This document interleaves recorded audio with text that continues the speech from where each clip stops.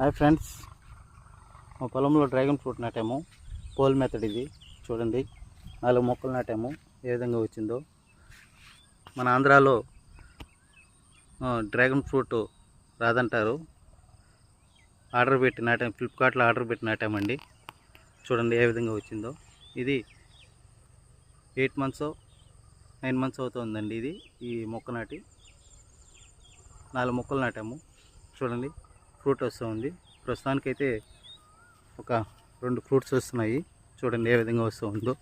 చూడండి చూడండి ఏ విధంగా వస్తుందో.